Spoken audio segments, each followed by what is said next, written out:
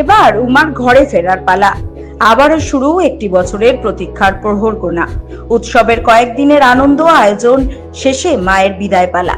বাপের বাড়ি থেকে আবারও একটি বছরের জন্য সপরিবারে কৈলাসে ফিরে যাচ্ছেন দশভূজা। স্বাভাবিকভাবেই ভক্তদের মধ্যে সর্বত্র বিষাদের ছায়া। তার মাঝেও মণ্ডপে মণ্ডপে মাকে বিদায় জানাতে সিঁদুর খেলায় মেতে উঠেছেন মা বোনেরা। বিভিন্ন প্রান্তের সাথে ত্রিপুরার ঊনকোটি জেলার কুমারঘাট মহকুমাতেও দেখা গেল একই ছবি।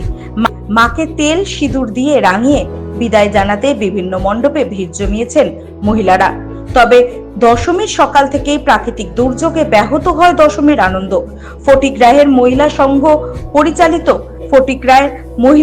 পরিচালিত পূজা কমিটির সদস্য কনক প্রভা চক্রবর্তী বলেন, মাকে তেল সিঁদুর দিতে মণ্ডপে উপস্থিত হয়েছেন তারা। প্রথমে দেবীর পায়ে সিঁদুর দিয়ে বরণ করে সকলে মেতে ওঠেন নিজেদের মধ্যে সিঁদুর খেলায়। একে অপরকে রাঙিয়ে তোলেন লাল সিঁদুরে।